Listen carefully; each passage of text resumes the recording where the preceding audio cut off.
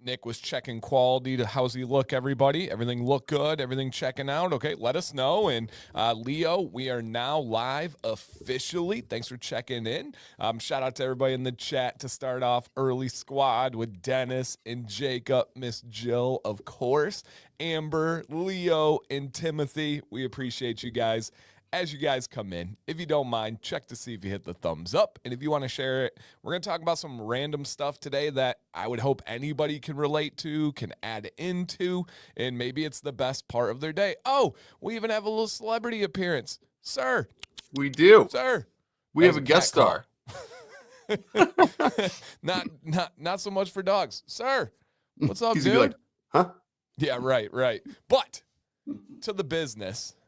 Hey, what's up, JB? What's up, Nate? My name is Dan C. Bearded, and I am the co-host of this show, which is called The Doctor's Orders, and it is the Dr. Nick's Amazing Man Stuff YouTube channel. And as you see scrolling down at the bottom, consider liking, consider sharing, and if you're not subscribed, it's free. It helps out what this company is doing. Hello, Channing. And again, I am the co-host. Now we got a co-host over here to my side. Hey, Shane's Beard. Hey, Nicholas. Welcome, guys. Anybody else watching, drop a comment. We'd love to welcome you guys. But this man to my side here is the man with the stash that be stashing. Stashing lunch, stashing beverages, not alcoholic, stashing wisdom, stashing years of experience, and also little sprinkled in stress here and there. You never know on that. Hey, Arden, welcome. Nick, you've had a rough couple of days. Number one, how are you? Number two, tell our friends what's been going on. What's up, Ty? Oh, man. What a whirlwind of 48 hours. I'm so glad to be here with you, wonderful people, because the past 48 hours have not been so kind to me, as you guys always are. So, but, to comment before, the mustache doesn't actually, I don't hold much stress in my mustache. Oh. I tend to hold my stress in my shoulders. I get lots of tension, in my shoulder blades. That's usually where it gets me. Nipples. Yeah. Always. I mean, I have to. I don't know why, but that's the main. Well, I mean, that's the epicenter of most stress for most people. Yeah. Yep. Everyone knows that, though. We don't want to talk about old stuff. True. So, man, it's the past 48 hours have been nuts. I spent most of yesterday in a hospital. Just throw that right out there, just right out of the gate. My doctor sent me down into the city after I went in to try to go see him yesterday with some just nasty, it's like migraine issues, but different than normal. I guess is the only way to put it. There's I won't go into all the details, but basically I'm used to getting migraines. I've gotten them ever since I got in a motorcycle accident and shot myself 40 feet down a road when I was 21. Nerve damage, arthritis has occurred there. So I'm used to them. And they're like these weird ones that come up. They're called ram's horn migraines. I think a couple of you have heard that. Yeah. I think a couple of guys in here too. Okay. If not one of the ladies, someone has commented that they get those in here. So I'm used to those. Okay. But it was weird. On Super Bowl Sunday, I bent down to grab something out of the pantry and I just got this sharp pain in the top of my head and it didn't go away. And it started causing whenever it would come on in waves, it would my temperature regulation was all off. I'd just start sweating profusely out of nowhere and my heart would start racing. So whoa. After a quick talk with my doctor, he's like, go get into Boston, go get checked out. So I tried. I think they're sending me back probably, maybe, who knows, today, tomorrow, I'll have another stint where I go wait 10 hours somewhere to talk to people for 8 minutes. Who has to worry about brains? Well, and you know what? Wait. Everyone has all the time in the world, right? Yeah. I have all the time in the world. I have no problem with sitting in a hospital for 72 hours, right? Yeah. As I'm sure you guys can imagine. That's not impactful at all. No problem there. Yeah, you don't have stuff to do. So, but it's crazy. It's I went down there. My attempt yesterday did not work due to overcrowding of hospitals. So we'll leave it at that. But all the hospitals are overcrowded. There was a chance that if I stayed there from yesterday around when I was there around 2, when I asked around 2, she said that based on the current volume, it looks like I might have had my first talk with the doctor sometime around noon today. But that's not in a room. That's sitting in a chair in a hallway waiting because I was still 70 people back from a room. So today they they would have possibly moved you from a chair to a room. No, that would have been a doctor coming out in the hallway to see me in the chair. Then from there was people going to get tests from the hallway, and their doctors were coming back to meet with them in the hallway, like sitting in the chair next to me. Like one of them, like literally, this is how this person's experience went. There was a guy that was way worse off than me, elderly gentleman, had lots of accessories with him to keep him alive, along with a caretaker. You know, this guy was, I mean, in my non-professional, I'm not that type of doctor. So in my non-professional opinion, this guy looked like he was going to go any second. And doctor came out and was like, "Hey, can you move your laptop bag to me?" He's like, "I need to do a consult here." So move my laptop bag like onto my lap. And this doctor sits down right there next to me and like turns, and he's like doing like full on, like, here's what you should expect for the rest of your life conversation with this guy in a hallway. Wow. So, I mean, like, it's not like I was treated unfairly. I was worse off than other people there and they should have seen me. It's like, no, they had no ability to even see people with like the most extreme of cases. And that's the same with every hospital in Boston, according to the nurses. They just had a big bunch of layoffs on another one.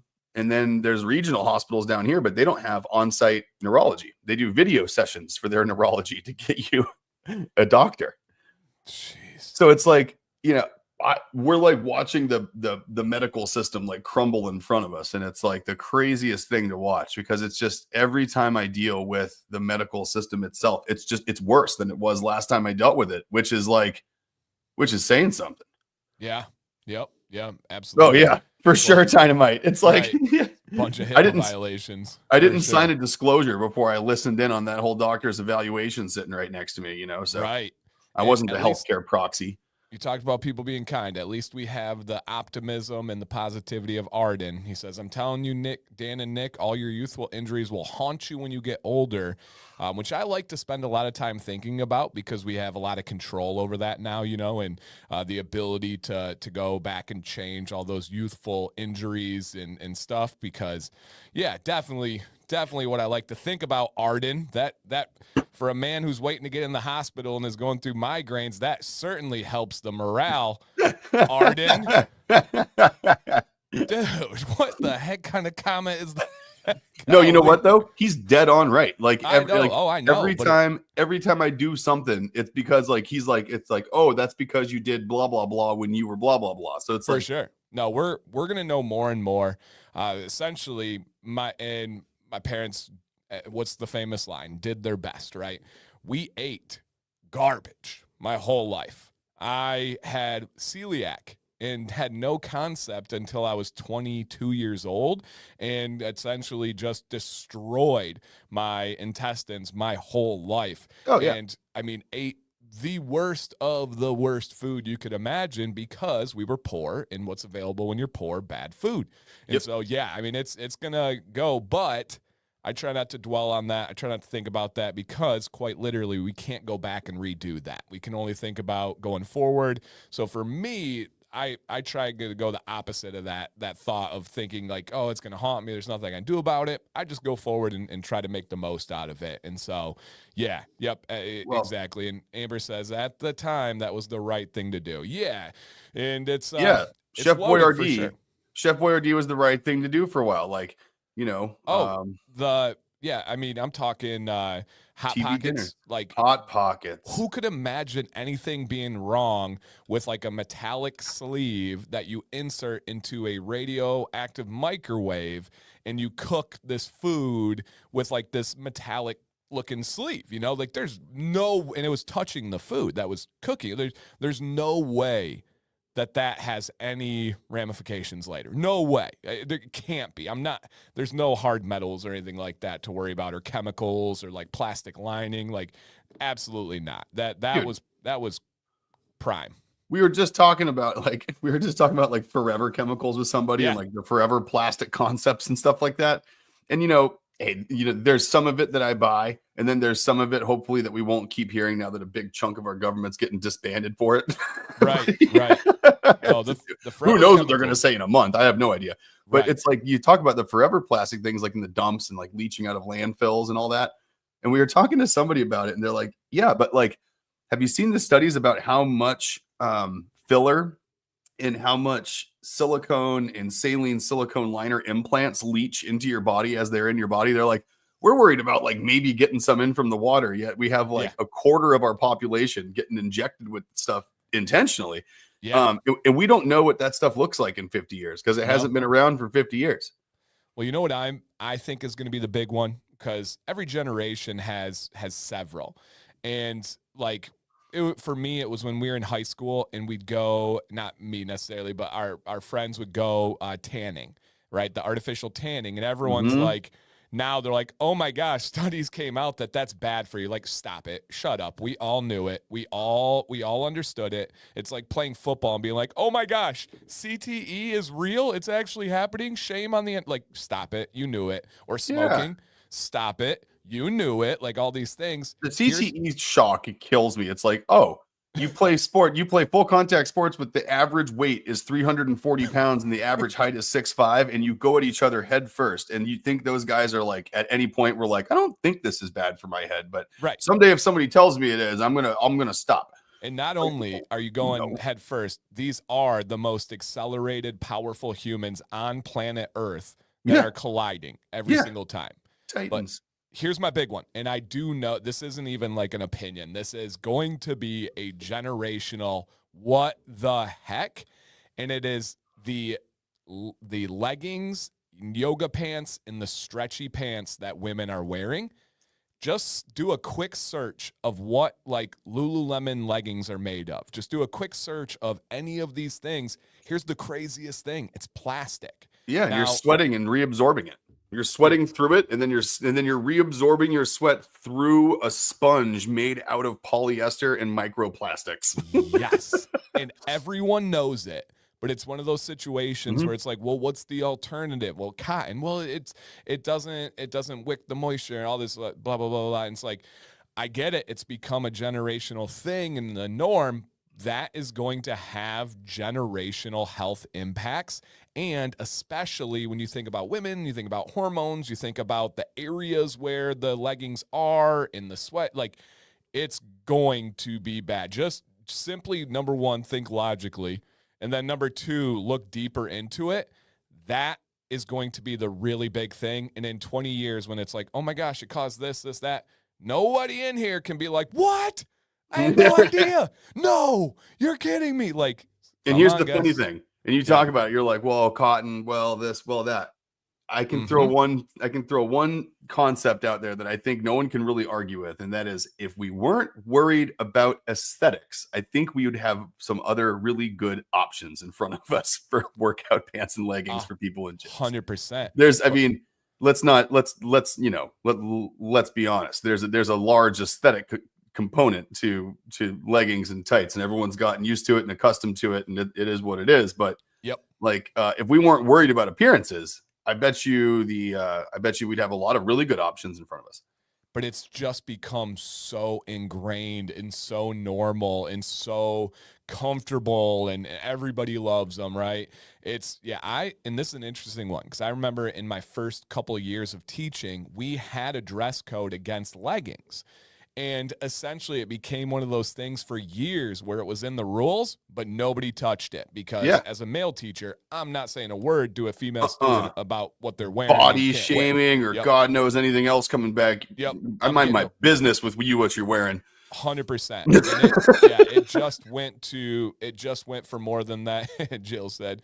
And I'm in my loose fitting era. Time to air out, girls. Yeah. Listen, Jill's been pendulums killing it. She's got these things. She's got these pants. They're called what is it? The balloon pants? Maybe is that what they're called? Is that what the new trend is?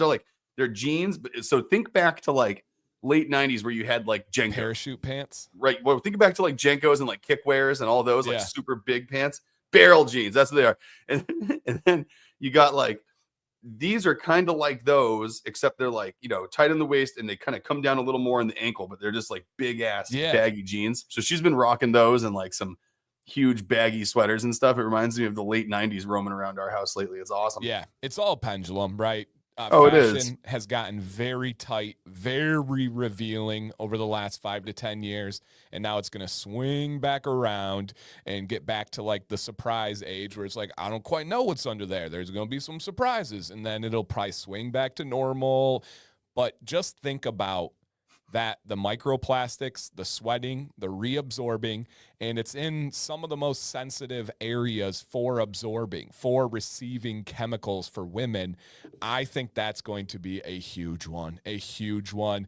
I slightly worry about the plastic that lines all of our cans for pop, for beer, for everything. Like all those cans have plastic liner on the inside that most people don't think about. Oh, hell yeah. And as someone who drinks Mountain Dew, not as much anymore, Sam and I have essentially cut out sugar. And so we've been huge on that for the last like 4 days, short sample size, but we're very, very proud of it. But just imagine what that inside of the pop or your craft beer is doing to that plastic liner. And then you're drinking it and absorbing it into your system. Yeah. It's not good. It's not good. Nope. Definitely not. It's crazy too. You can get like, I forget what, if I say this, Leo is going to reply with the name of whatever this is. I know it. But there's like this, I forget what chemical it is. You can put soda cans in it and it dissolves the aluminum, but leaves the plastic liner intact. Oh, so really? You can actually pick up by the ring of the can. It's just like this little dangly plastic sleeve with another little bottom of the can on the bottom of it. Whoa. Yeah. It's super weird. Whoa. Interesting. Men and what? Yeah, and underwear. That's a very good point, Channing. Very good point. Mine are cotton. To be fair, literally the ones I have on right now are cotton, 100%. But those again, men and women, yeah, sensitive. And your mom says, "Is Billy stylish a person?" No, so. Jack was making fun of Jill instead of calling her Billie Eilish. He was calling her Billy Stylish. That's an all-time roast. Well, dude, that's a compliment. If you know that right there. I mean, it's like a roast and a compliment all at once. Oh, which are the best roast, you they know? Are. But being able to see that she's dressing like Billie Eilish, and then there's the hit song, Big T-shirt, Billie Eilish. When you have that, and then you say, "What up, Billy Stylish?" That's next level. He's pretty good. He's getting quick. JB says, "Just don't wear underwear for safety reasons." Well, for safety, clearly. Yeah. Yeah. Of course. There's certain situations where you have to wear underwear for safety. Okay. Leo would like to apologize. He did not know that one. Color me surprised. Hydrochloric acid. I mean, that sounds a little harsh, but I think that also does not dissolve plastic. Could be. That's why you use those plastic tubs whenever you're. Never mind. Anyway. And Nate's right. I think this one has passed. I don't know many people that use single-use plastic water bottles anymore. I think that one we've all kind of accepted, and maybe there's times where you have to because you forgot your bottle at home or something, and you're like, I think that's like the only exception, but I think most people are like, yeah, we can all accept that that's really bad, and we probably shouldn't be doing that. Probably shouldn't have ever done that. Yeah. Like, did you watch Landman with? You didn't? No, I've never heard of it. Oh, good. You gotta watch Landman. So like he goes on this tirade. It's Billy Bob Thornton. And he goes on this tirade like this. He's an oil guy. So he's what they call a scratch, huh? Cracker nasty? Okay. He's what they call a scratcher. And so which is someone that goes looking for watch Landman. It's so good. Never heard of it. And they actually end it properly. You get to the end, and it's one of those ones where you're watching on your couch and you're like, yeah. Show or movie? It's a show. It's one series, but it's one season. Real quick, you got to finish your story. But on the random wheel of topics, one of them, somebody sent in, is shows you watch lately. Oh, and shows you watch lately. Okay. Well, all right. Ding, shows you watch lately. Landman. Okay. We'll report back. Okay, but he's my bad. He's a scratcher. It's just so funny. Yeah, so he works for billionaire oil guys, and he's the one that's responsible for making sure that like the projects to outfit a new oil field with pumps goes properly, or if like cartel starts coming through one of their places where there's oil fields and they're messing stuff up, then he's got to like get them out of there so people can do their thing with the oil well. You know what I mean? He's like think of like the right-hand man of a billionaire oil guy, and the tasks that he would have in front of him. That's what he does. And it's amazing. And so at one point he goes on this tirade because this this conservation attorney of some sort. She starts working for their group, handling like public PR and stuff. And she starts like getting after him about like, he's like, well, the only way to do that would be to frack it. And it would be to do this and do that. And he's like, and she starts getting on his case. Like, oh, you mean the stuff that's causing earthquakes and doing this and doing that and doing these things? And he's like, listen here, sweetheart. And in Billy Bob Thornton-esque tone, delivers her the most like, you use this, and this, and it's in everything from this, and this, and your blah, and your blah, and your blahs, and you wouldn't have any blah or blah. This goes on like this 2-minute long tirade of everything that petroleum is in. And I'm just like, holy crap, that might have been the best 90 seconds of TV I've ever seen in my life. Yeah, don't look into the medical world and how much of their like creams and ointments are mineral oil based, petroleum based. Oh yeah. That one's always killed me. That one I've always been like, how in the world are these things mineral oil based when it's being put into cuts, when it's being put on your skin and it's medical? I mean, obviously I know, yeah, Abe says petroleum. Obviously I know cost and all that stuff. And then the whole like deeper theories to it. But that part, and it just blows my mind. Absolutely blows my mind. When Sam's going through this medical journey, she's gotten all sorts of like topical ointments and they all have petroleum. They all have a byproduct of oil. It's mind blowing to me. Doesn't make any sense. Oh, dude, I mean, it makes perfect sense if you really think about it, though. I know. I don't like to, though. I hate think about it. Like, yeah, I don't like to. And look at the common ownership between like the boards and shareholders of PerkinElmer and P&G and everywhere else, and oil and petroleum companies. Yeah, nope. And Chris says that show has lobbyist money paying for it. Chris, I would tell you, pretty much everything does today. Here's a fun fact. Did you guys know that the small batch cosmetic industry has its own lobbyist group? I actually know the owner, and I know a business owner who is the head of the lobbyist group. And who would have ever thought small batch beard companies and essentially Bath and Body are with lobbyist group? It's just good, bad, other. It's just the way it all kind of works today, unfortunately. So yeah, it's a crazy, crazy world. And yep, petroleum jelly started as a byproduct, effective for first aid.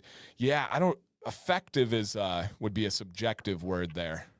Yeah. So effective, not optimal. Also effective, but not without equal bad effects. Did it work as a water barrier? Yes. Yeah. Yeah. But is it like comparatively effective? Can I find a more natural? No, I guess not natural because it is a natural. Can I find a better health-wise alternative? Oh, yeah. Yeah. Would it be on the top 10? No. No. But it would be on the top 1,000 of things that did work? Yes. Yeah. And it would be on the top 10 of ones I would not want you to put into an open cut. Or on your... Yeah. And like, it was so funny because there are certain things I've done forever that even now, like being as in tune to like the cosmetic world and everything as I am, like or like the skincare world, especially by way of Jill, even outside of Dr. Nick's purview, I learn a lot about just skincare world and cosmetics, in general from Jill. Yeah. And will they be adding, JB, we were going to be talking about new product releases here. So way to steal my thunder. And so I've always it is effective for napalm. That is so true. So true. And why shouldn't it be in your medical ointment? Obviously. Yeah. It's like Russia's West Coast sticky icky icky. So true. So true. Whoops. And so I've been using Aquaphor forever on my tattoos.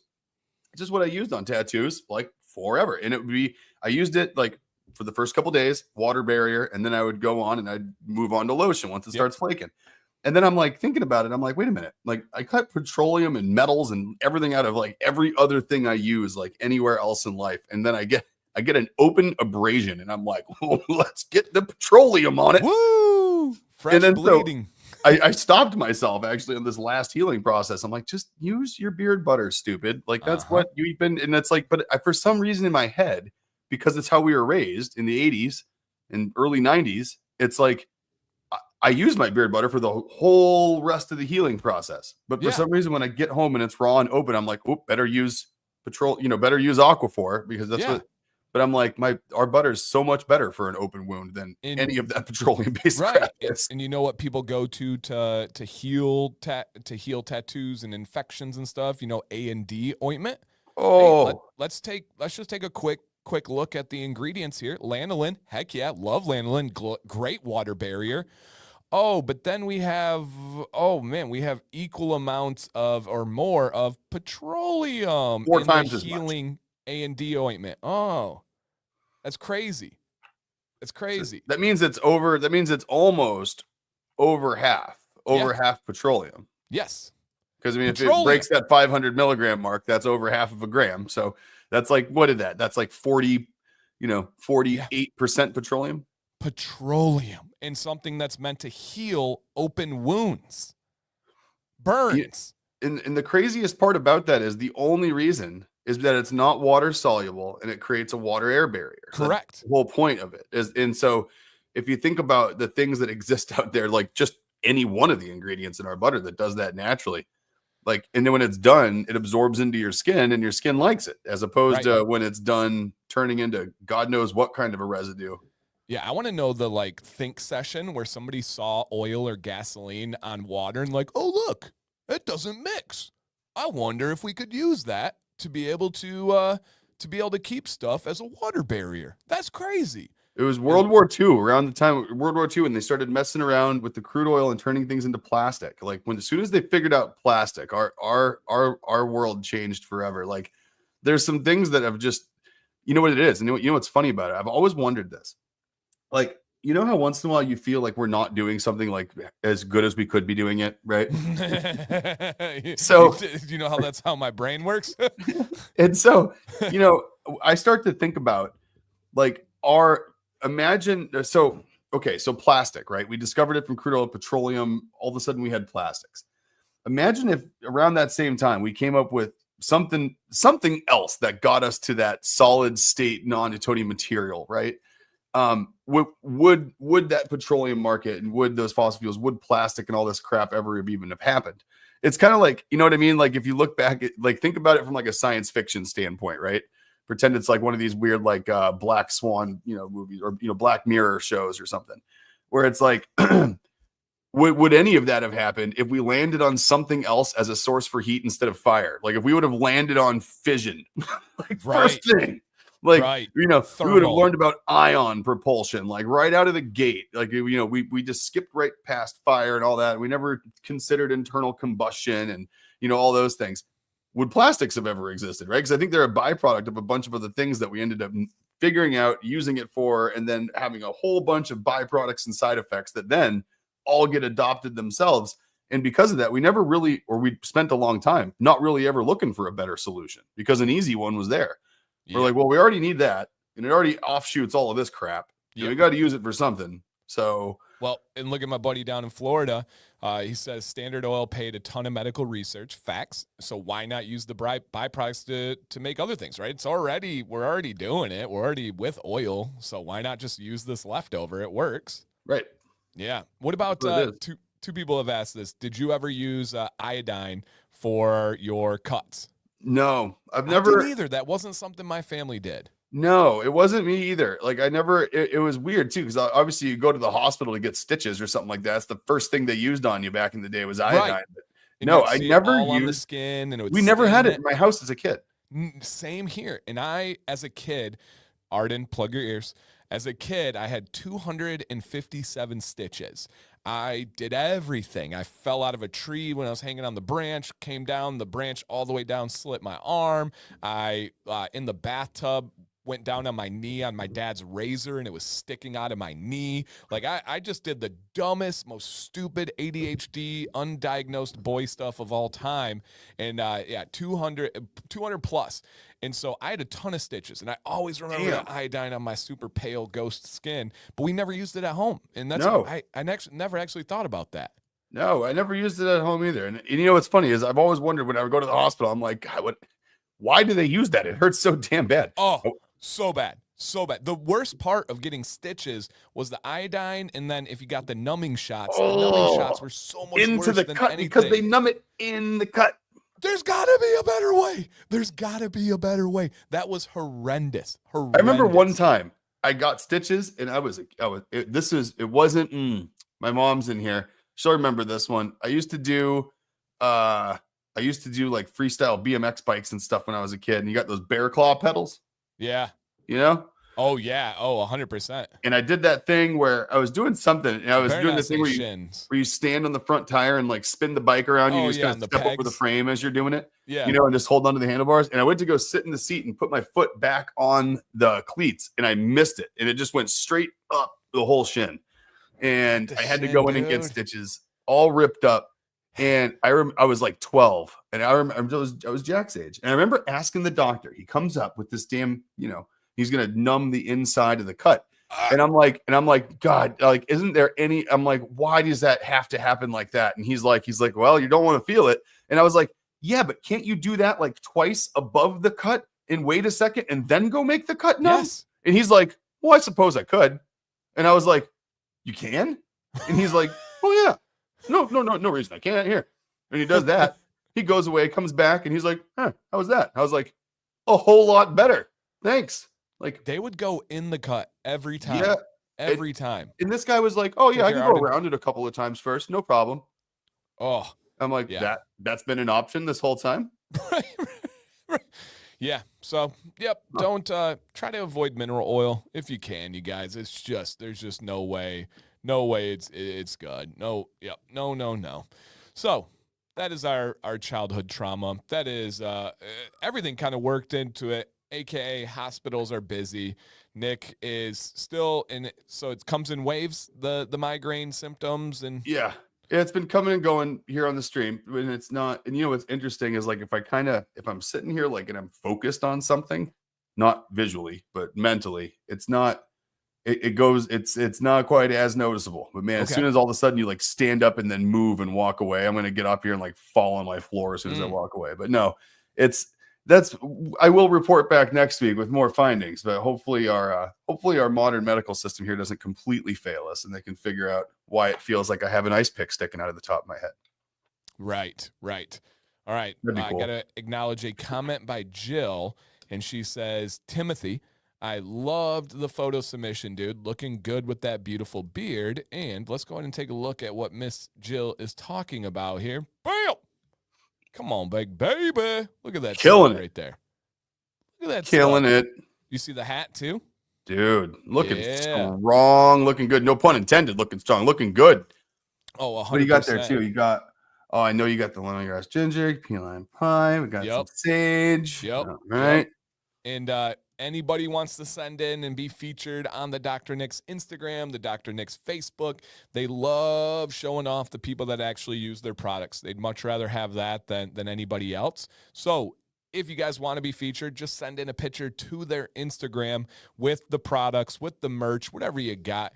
They have a bunch of amazing humans that they've been able to show off on here, from Seba to our guy Gonzo over here to we have Amber and Kevin. Look at that beautiful picture. Rocking Jacob's leather tray. Dennis merched out. The matching flannels. You guys just need to stop it. Freaking adorable. Over here. Yeah, exactly. Freaking adorable. Exactly. And so, yeah, man, they absolutely love being able to show you guys off. Lewis making amazing reels with the products and stuff. So, yeah, they'll get you guys on here. Just send on in. And there's so many cool people that genuinely is proud to be able to show off. I love that. Jill's Terrifier costume still just cracks me up whenever I see it on Instagram. Oh, yeah. Yeah, that was... If there's a time that embodies Jill, it is around that Halloween time. Yep, there's my pretty girl. Yep, her and Violet together. That's their worlds right then. Yep. That's my just every guy's dream. There you go. Whole package. And whole package.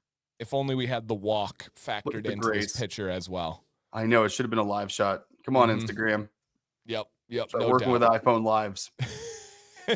All right. we did promise some random wheel. I feel like we already have been on a random wheel of tangents. It just We came definitely from have. our brains, and hopefully you guys enjoy it. If you guys have any questions or anything, please drop them in at any time. Mark says, sorry to hear about the medical troubles, Nick. Quick recoveries. Thank you, sir. I said it last night. I am going to the foot doctor on Thursday. I think I broke something in my foot about 2 weeks ago, and I've been trying to self-help it over the last 2 weeks, and it's getting worse.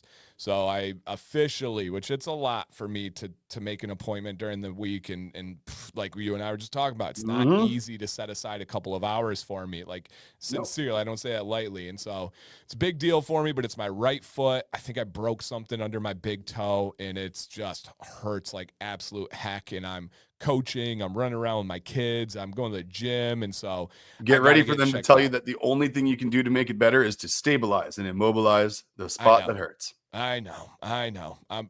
I would prefer to not have a boot, but we'll see. I have a feeling it's going that way.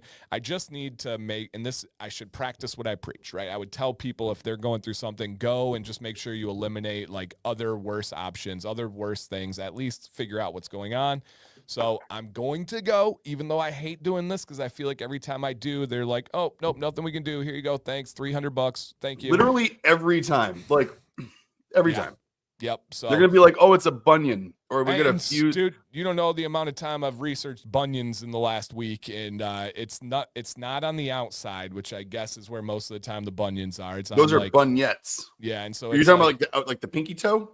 So it's my big toe. So let's say it's the big toe, right? The fat one. It comes down here. Then you have that pad on your foot. Yeah. It's right in here. Oh, as opposed to the inside. Inside of over here. Okay. That's probably that might be something. Yeah, that's different. And so I think I broke something, and it's or you get a bone spur or something. Those are fun. I have a bone spur in my left foot big knuckle that they want to shave off. They want to cut my left foot open to do like 3 things this spring, and I think I'm going to let them do like 1. I like getting rid of the bone spur idea.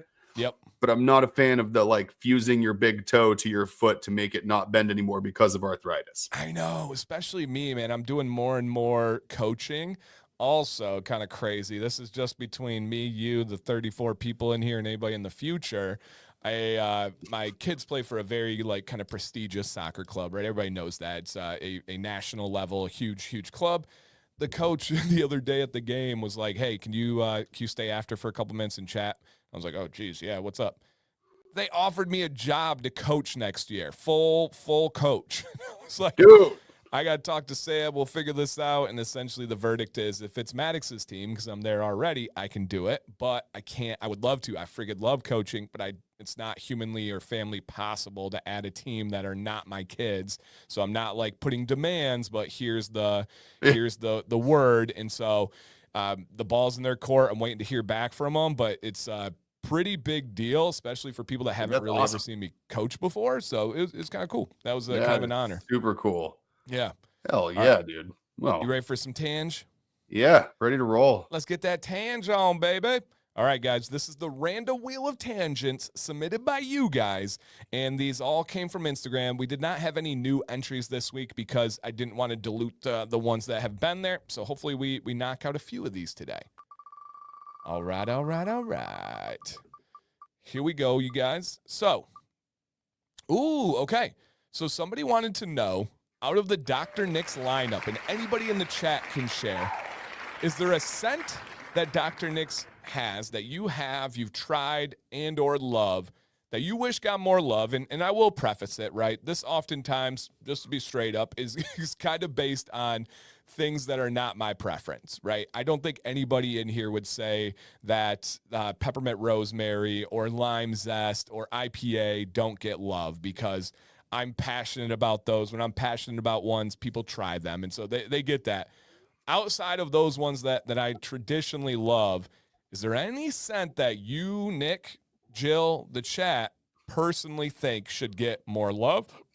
And Jill says lemongrass ginger or sweet smoke and campfire.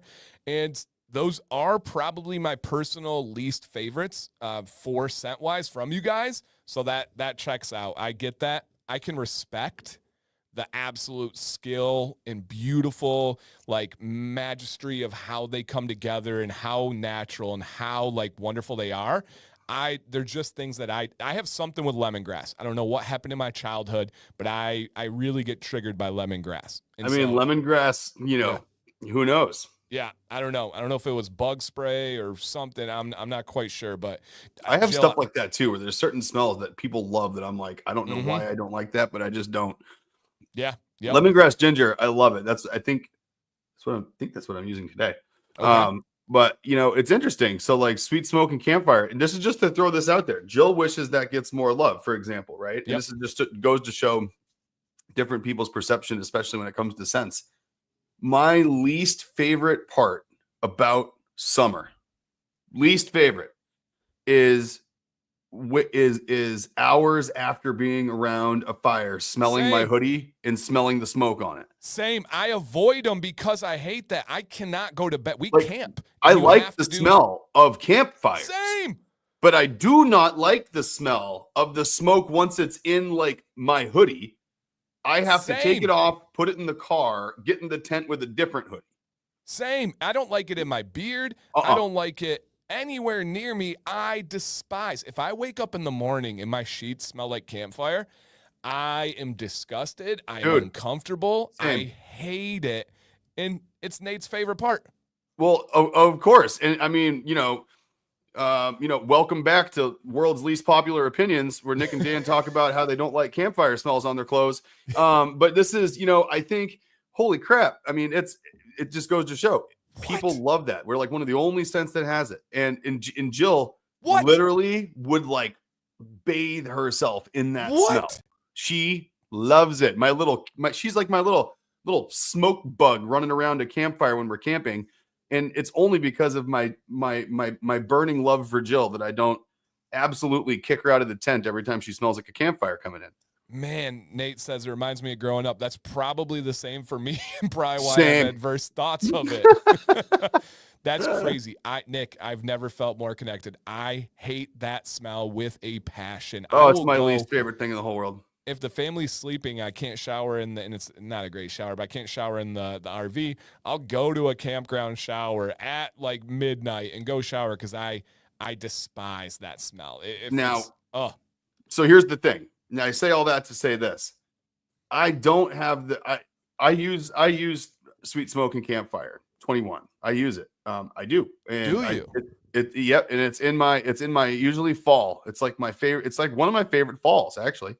And the reason for that is I don't actually get we describe it the way we do because that's what everyone smells about it. I don't get that old campfire smell from it. I get something to me that almost smells like it smells like oily wood. It smells like if you're in a wood shop and you got some boards that are sitting out in the sun. It reminds me of like sappy wood that's been sitting out in the sun. That's where it strikes me.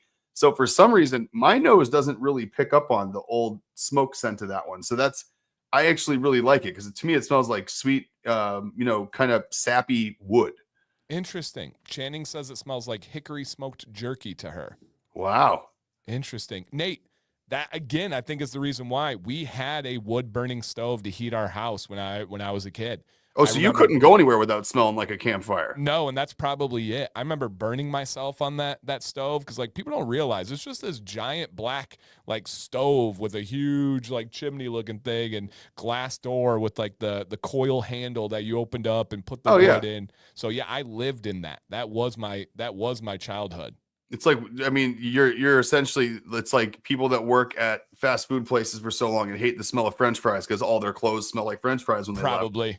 Yep, it's probably the same damn thing of people that grew up with wood burning stoves. They're like, can I just not smell like burning wood for a little while? Maybe that'd be cool. And I hate sunscreen. And I think I had a breakthrough right now of thinking why I hate sunscreen so much. I was a lifeguard from like 14 to like 22 years old. And so I would put on sunscreen every shift, go to a crappy boss, go deal with people who are entitled and not great. I wonder if I just have like a negative association from my job, my first jobs. Dude, you might.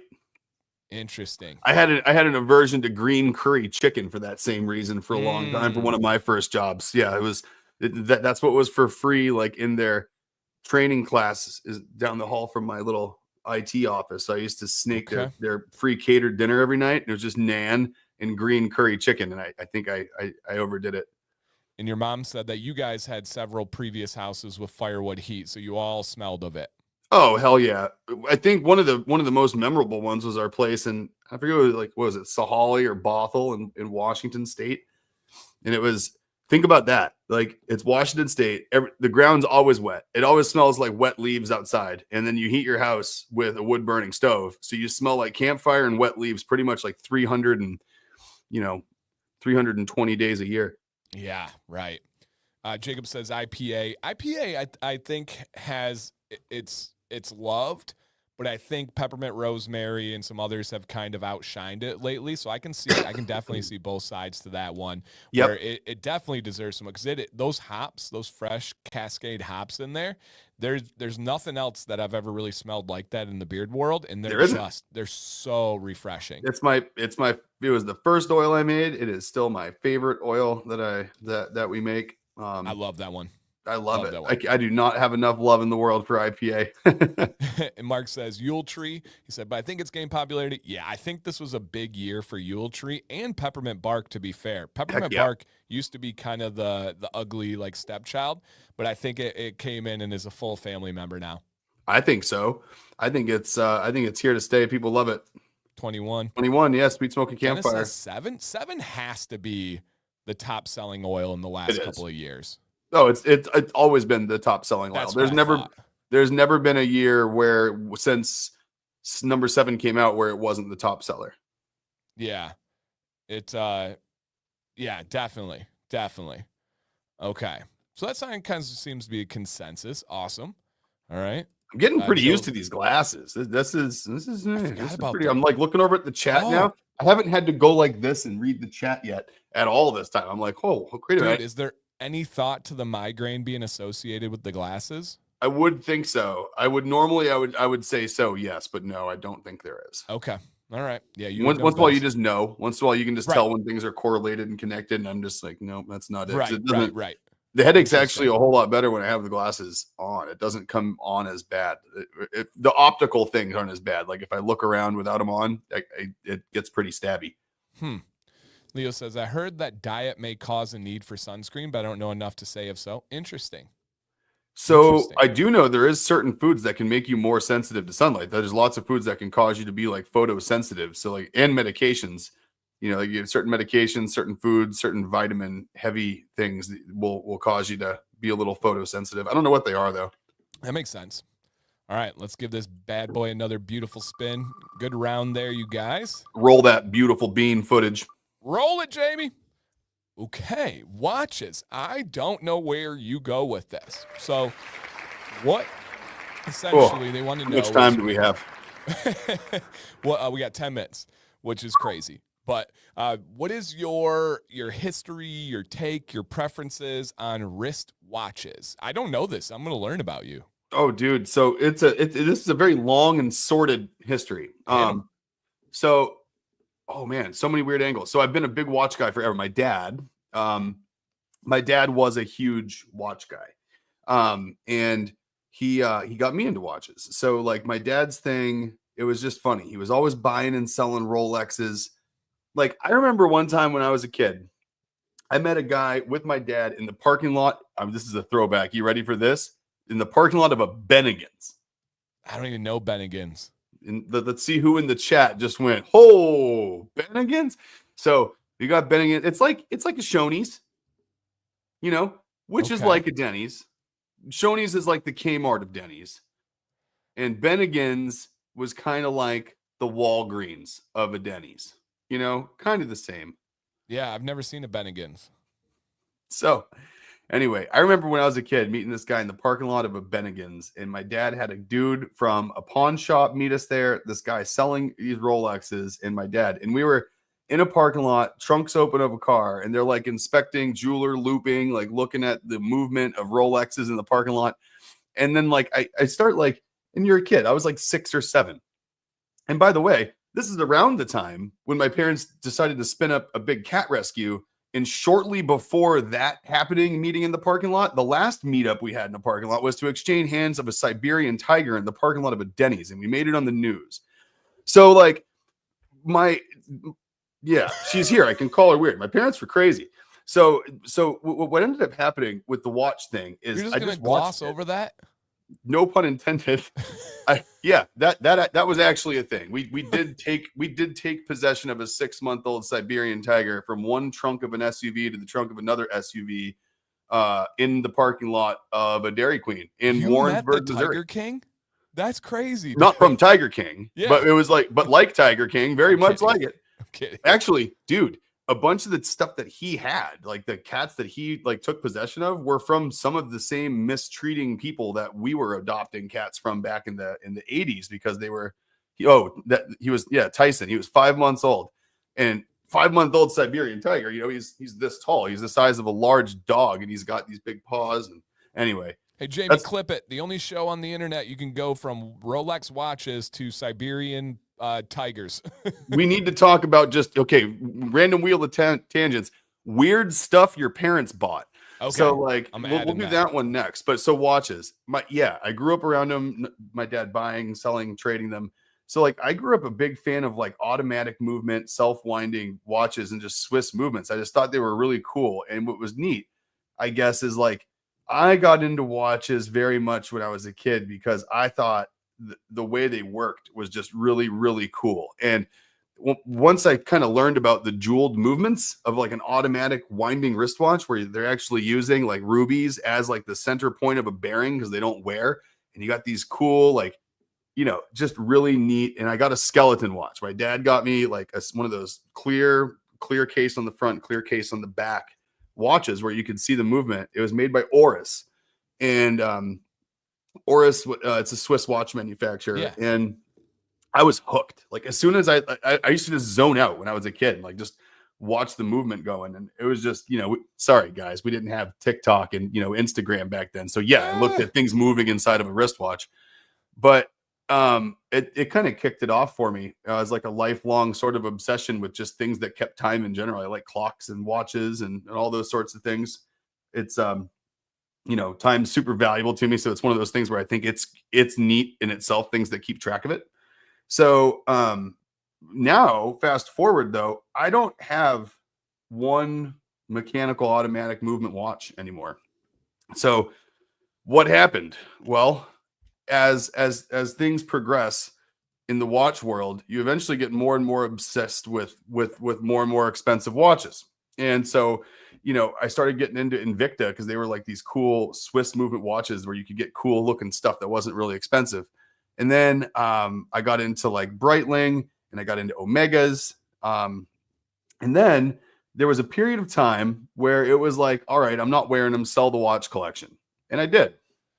So it was at a period of time where I wasn't valuing material things, and I wanted to get rid of a bunch of material things. And so I wasn't wearing watches. I wasn't into it as a hobby. I couldn't justify having, almost 6 figures worth of watches at that point sitting in a house. So I sold them all. I sold the whole collection. And now the only watch I have is my Apple Watch Ultra 2. As it, progresses and they come out with new ones, I get a new one. And I don't think about it much. So, if anyone out there wonders what Nick wants on his Christmas list this year, I would very much like an Omega Speedmaster Dark Side of the Moon edition Moon Watch Omega. That would be, definitely top of my list. And I think I would probably be perfectly happy to rotate one of those in and out with, my Apple Watch. They're not even that bad. They're like $10K. So anyone wants to just pick one up, send it out. Shouldn't be that big of a deal. Doctor would be real happy. Yeah, if you guys need the address, just message me. I have his address for you. Yeah. And no gift receipt needed. No. But yeah. No, that was, I really do like the green accented one there, that second one from the right. Although they do charge a little bit of a premium for it, I think it's kind of worth it. This bad if boy? You're shopping. Ooh, yeah. Mm-hmm. Oh, wow. That face is beautiful. It's gorgeous. It's the moon. Oh, wow. The moon. And you can see the movement back behind it in the lower left there in the 7 and the 8. Oh, wow. Yeah. It's oh, wow. Yeah, they do some really cool details in it. It's just super duper cool. Whoa. That's crazy. And then the surface of that moon is actually made out of meteorite. What? Yeah. Wow. That's really cool. Really cool. Super duper neat. But yeah, that's my story on watches. I used to have a bunch of them, super duper into them, lost the interest as a hobby, got into other stuff, sold them, and now I'm just literally I could break this, go to a store, and they give me a new one, and it's soulless. I can't tell if it's the one that I've had for 10 years or if it's one that I've had for a week. So Gotcha. that's where I'm at. All right. You ready for my story? Yes. So in high school, everything I did was driven by two things. It was driven by sports and it was driven by trying to get chicks. I was just going to say sports and girls. Like I was going to be like, let me write it down before you say it. And I was going to be like, yes, no, sports and chicks was everything. My greatest mistakes I made in my life were saying things or doing things because I thought girls wanted that. And many, many, many, many high school regrets. I kind of got out of it around college and was better from there. By the time I met Sam, everything was all worked out and I was good. But my watch choices were strictly and solely. I never wore a watch until I was like 16 and really wanted to get girls. And so I made my watch choices based on what high school girls, because I was a high schooler, thought were really cool. And so I you had a Shark watch or a Swatch? I only had two brands, and I went ham on them because I worked a lot in high school, and so I had a lot of expendable income, at least relative to that time, And so I had multiple jobs. I was a lifeguard, and I worked at a golf course. And so I would spend it on things that I thought girls liked, like Lacoste cologne. That was the only cologne I wore, Lacoste shirts. I would do the double collar at times. Yeah, horrific, but I did. I want to see if anybody can guess the brand, not Fossil, because I never had a Fossil, but what anybody know in here, and this is, I went to high school in the early 2000s. What brands of watches do you think, and they weren't cheap. They weren't. You were sports and it was early 2000s. So it was like G-Shocks. A lot of my friends did G-Shocks, but I wasn't quite to that level. It was a little bit more cultured than I could pull off at the time. Okay. So no. it wasn't the classic Japanese brand like Seiko. Nope, not a Seiko. No. Nope. So me and Nate people will get this. They were very trendy, very, very loved. One of them is a brand that makes very popular men's and women's things. Diesel, I had a lot of friends that did Diesel. I never could pull off the Diesel either. Those were big boys too. The Diesels were always like freaking huge. Casio or Seiko. No. I figured. I mean, that's like all the big watches. Shark, like the surf watches. Nope. Man, I thought you guys would have got this. It's like every watch brand in the world. Nixon, no. Which one did we forget? And so one is a straight up watch brand. One is a fashion brand that became known for their watches, and it's the name of a designer is one of them. Oh, okay. So you're talking like Kenneth Cole watches or something? Very close. Yes, very close. Okay. Those don't count because those are all white labeled Casios and Seikos. Okay. Well, I don't know the details of this one. So the two that I had, the one that was the designer one, this one I have the most of. I still have them, and they're decently valuable, but so one of them is Movado. Yes. I had a big Movado collection, and I did too. Those were like my slick ones, where it's like dress up, look real slick, not super flashy, but kind of like casual, cool. Yep. So I had several Movados. And then the other one, I thought for sure, because every girl in my school loved this brand. And if you had the watch, it was like top notch. It was Michael Kors. Oh, yeah. And so those were like the fancy, the show off watches. I had a gold one. I had a silver one. And I love Michael Kors. And I'm not talking his clothes. I just like him. Do you? I don't know anything about him other than I had big. He's the bitchiest dude in the whole world. And I just like, if I had, I told Jill this like a couple months back. Like if you told me right now, Nick, you can sit in downtown Boston outside at a cafe getting a sandwich with anyone you want, and the whole purpose of it is to just make fun of people that you see on the street. Oh God, it would be Michael Kors. You could sit there with you just imagine it's that guy. Like watch Project Runway with for like interesting for like once. I would do He's the just guy so that mean. the comedian that yells all the time. He's on the street and like interviews people, and he's from Parks and Rec. Craig, do you know that Oh, comedian? He has a really good street show. But this is probably about what I paid, about $250 to $300, which as a high schooler, that's a even lot of still to money. this day, I wouldn't be comfortable. As a high schooler, that was like massive. And this thing, dude, I just showed off like you wouldn't believe. Not Craig Robinson, the character Craig from Parks and Rec. Which one's he? From Parks and Rec. What is his name? Craig Middlebrooks. Oh, If you yeah. haven't Okay. seen his content, he goes out on the street and screams at people and is hilarious. He's so funny. He's his same character that he is on Parks and Rec. I kind of like when that happens. Oh, so good. So good. So yeah, I would sit out with him. But yeah, that was my watch journey. I stopped wearing watches for many, many, many years until Sam forcefully made me get an Apple Watch about 2 years ago. And now I feel naked without it. And I have to have it on all day, every day. You know what's funny is like I said with the smartwatch thing, I was like, there's nothing that it does that I need. Like I Right. resisted for so long because I'm like, I don't need to do any of that on my watch. I have it on my damn phone. Like, what do I need it on my watch for? And now that they came out with the things where you can like answer text by tapping your fingers, Oh, dude, like you're sitting there doing something, like your text comes in and you can tap your fingers, read it, tap your fingers again, talk to your watch and type it, and then tap them again and send it. It's like, okay, for that, I will wear a smartwatch just for that one feature. I don't even Yep. care if it tells time. Let me respond to text without me pulling anything out of my pocket. and I've been about 4 months of no case. I've been rocking this boy raw. Oh yeah, I've been naked on this thing since day one. I like it. It's I really just got that new Jill got me that new titanium bracelet for Christmas too. Look at this thing. That's super sick. It matches the case perfectly. Oh yeah, that feels good too. So like look at where it slides into the side of the case. Like it's exactly, let's see there. Yeah. It's exactly the same color as the case is. That's cool. Like the Super cool. titanium on titanium is awesome. Does Jill know? She said, I've been listening to Sam Talent all day. He's completely turned my mood around.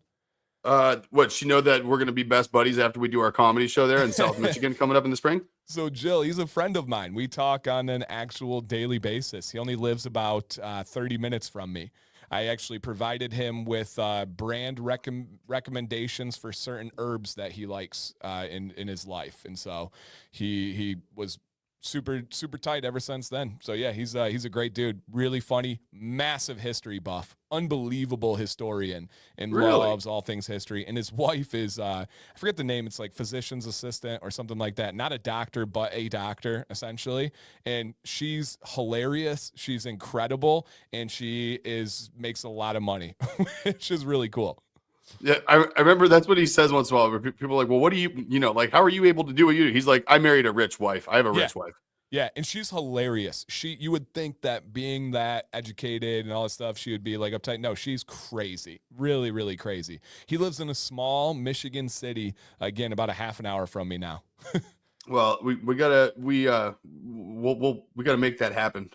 Yeah, yep, no doubt. Sam, come on doctor's orders. Let's get him on doctor's orders. It'd be great. Yeah, no, I'm not going to kill Tony at the Masonic in Detroit because we are out of town. I'm devastated about it. Sam, we'll see. We'll see if I can alter my life because I would have some very, very, very cool backstage abilities if I can make it happen. Dude, Jill, that would be. I know. I saw those tickets too. I saw where you guys are sitting. Oh, dude. Here, we're over, but let me just we're show way you. over, but it's all right. You know your seats are awesome when this is what your ticket looks like when you get it. Hold on. Jill, I know. I actually text Nick. I said, I know with your migraine, you haven't been able to watch Kill Tony yet, but it took me 3 to 5 minutes to realize if the guest was actually a real guest or Adam Ray. And I'm not exaggerating. I didn't know if it was Adam Ray or a real human. That's how good he is. Dude, he's so good. You watched the HEB special, right? The newest one? Yes. With Harlan, Joe, and and other Joe. Wait, this week? When is the show, Nick? This week is she's waiting for Kill Tony because you're Adam Ray March 27th. Right? Yeah, so check this out. If I could, let me just save this here and I'll pull up my photos. Had to hide one piece. You do not get better seats.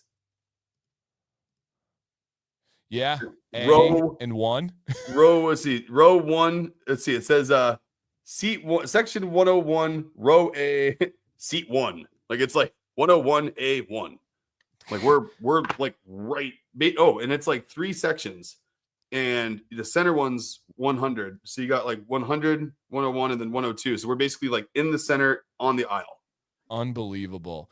Jill has to like Fiona Cowley, I would imagine. The younger girl that's in a wheelchair. Oh yeah, she's awesome. She's so funny. So funny. She's hilarious. And we'll get out of here, but Ari Madding might be one of the most talented comedians to ever go on that show. I think he's probably one of the most talented comedians to like ever exist. The way his brain works, every week just baffles me at the level of writing that he has. And then his stage presence, his delivery, his confidence in like who he is. Here's what gets me though. I think so, like there's people that go on there on a weekly basis, like they're regulars that you can tell like put some time into writing that minute. Yep. Ari, I swear to God, the way he delivers it to me just feels like he's like, these are shower thoughts for him, where he's like in the shower and he's like, huh. Yeah. And like that results in a brain minute works. For it's just how he perceives reality. It's amazing. Amazing. Yeah. Yes. The Estonian assassin. Yes. Assassin. I keep waiting for his big announcement. We haven't heard one yet. Oh, he's close enough with Joe and you know, the whole group. They're gonna get next thing you know, he's gonna be interviewed with like Ari Maddie is the greatest comedian. I let him stay. It's gonna be like we're gonna get like a pardon for him, citizenship sponsored by the president or something. Yep. All right, guys, we are holding you past your lunch break. I know people, and it's pretty cool. A few people have had to leave because they literally plan this hour for their lunch, and then they have to get back, which is one of the coolest compliments in the world. Awesome. And so, yeah, thank you. Yeah, we understand, guys. Sorry for keeping you over. Don't get in trouble with your boss. Channing says, I'm out, guys. Got to have a good day. All right, guys, thank you for helping. Thank you for being more medically helpful to Nick than our healthcare system. It is greatly appreciated. Great distraction. We will be back next week, you guys. Same place, same time. We'll get random again. Come on. We love this. I hope you guys enjoyed it. Nick, final words for our friends out there. Oh, man. Wish me luck. That's you know, hit Dan up for the address for the Omega. You know, watches always make people feel better when they're sick. Gotcha. But just, wish me luck. Off I go to navigate our wonderful healthcare system. So we'll put that on the random tangent. I'll add it for next week. We'll have random tangent healthcare, U.S. healthcare reform. That's what. And I'll delete it. I'll delete it, guys. It ain't going next week. We want to actually keep this channel alive. So we're going to not do that. But thank you guys. We will see you next week. All right, guys. Stay amazing. See